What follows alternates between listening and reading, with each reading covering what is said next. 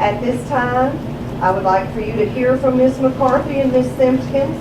They are going to tell you what occurred with their evaluations, why having no evaluation matters to their careers, and the corrective actions that they seek for you. Ms. McCarthy. Before I begin giving you the information that I think is valid to you in this proceeding, I would like to say that I attempted to handle this situation in a private, non-public way. When my grievance hearing requests were, in my opinion, unreasonably denied, I was informed that this public meeting was the next step in the process. So I don't come by this public airing of my grievance easily. It's necessary. The former Cheatham County Director of Schools was scheduled to observe me on November 8, 2011 at a 9 a.m. After a 9 a.m. observation of the principal of the school. After the principal's observation, she informed me that the director made a statement to her suggesting that he was going to go ahead and leave the building. She reminded him that I was expecting to be observed as well. He asked her to tell me that he would have to reschedule. And we did. The first actual observation that Dr. Webb conducted of me occurred on November 16, 2011. He was scheduled to meet with me at 2 o'clock. He ended up arriving late for the observation, and when he did come, he stayed and spoke with me for about 30 to 35 minutes. The second observation the previous director conducted of me was set for April 12, 2012. Dr. Webb again arrived in my office after 2 p.m. scheduled time. He stayed and observed the work I was doing for approximately 20 minutes. At no point did Dr. Webb give me any feedback on the self-assessment document that I completed. He did not ever conduct a post-conference, discuss evaluation scores with me, or have me sign any documentation of scores. He never entered any observation scores into the Randa Solutions site for me. In short, Dr. Webb never completed the administrative performance evaluation that's mandated by the Tennessee State Board of Education policy and by the Cheatham County Board of Education policy. And then on June 5th, 2012, I was contacted by telephone by former Director of Schools Tim Webb and informed that I was going to be reassigned to some classroom teaching position. When I inquired why, he said to me, "I can't tell you that. You know how this works." In the subsequent days, I tried several times to get information from Dr. Webb, other supervisors, and the school district website about what teaching positions were even available. But no one ever answered my questions. So I found myself reassigned to somewhere, and with no evaluation scores to use as evidence of my level of performance. The ways this has been a detriment to me are that the professional harm I've experienced from not having evaluation scores is threefold. The most significant detriment to me is the loss of professional respect and integrity in the community. I have served this county with fidelity and with all my heart and energy for 24 years. I plan to work my entire educational career here in this, my home county.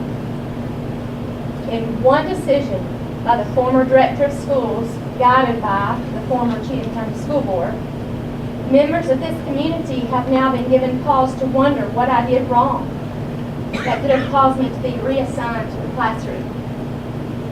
I've been asked many different versions of the question. I specifically remember one person asking me, "What did you do?" With no evaluation scores to back up my performance evaluation, I don't have an answer for them. In 6 years as an administrator, I was never given any verbal or written feedback or evaluation. No suggestions for improvement. A performance evaluation is supposed to be the basis for any reassignment, but it clearly was not. Second, there was a significant reduction in the earning power afforded me by the change in my teaching assignment. The difference in the administrative position and the reassignment position I was offered was approximately $14,000. With a properly conducted evaluation, I would have been able to document that my performance did not indicate a reason for reassignment. And third, there's also a loss of future professional earning potential for me because of the evaluation non-completion. When I go and interview with other prospective employers, there will be that similar red flag mentality that would naturally occur when I show up with no evaluation scores and having been reassigned from an administrative position to a non-administrative one. The fact that I have no evaluation scores to present has been and will continue to be a detriment to my professional career as an educator. The corrective actions I seek are that I again request removal of any quantitative scores linked with my performance evaluation on the Random Solutions site. Dr. Curtis denied this request as a result of my original hearing findings stating, although your evaluation was not completed, the quantitative scores are still a reflection of your duties as assistant principal of Parker Middle School. The quantitative scores should be removed because there is no provision in state law for a partial evaluation. Being partial, the scores are unreliable, invalid, and they're not a reflection of my overall work performance. Second, I again request a letter be placed in my personnel file and a copy be given to me that states that Dr. Tim Webb never completed the required evaluation process for me. Dr. Curtis denied this request as a result of an earlier proceeding as well. His alternatively recommended statement that he said will be placed in my personnel file was, the grievance transfer from assistant principal of Harvard Middle School to a teacher at Elementary was not based on an administrator evaluation matrix score. That is completely unsatisfactory to me because if a prospective employer in another school district reads Dr. Curtis's statement, she or he might then be led to wonder, well, if a reassignment wasn't because of evaluation scores, what kind of egregious act has she committed to be reassigned? I am simply asking for a truthful statement to be placed in my personnel file.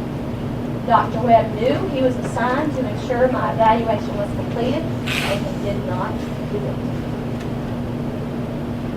My third request, I additionally want to be reinstated as an assistant principal in Cheatham County Schools and to have a complete evaluation done by the director of schools or his designee. I want to thank you for your time. And once again, I really appreciate you listening. I just think it's time for this school board to do what's right.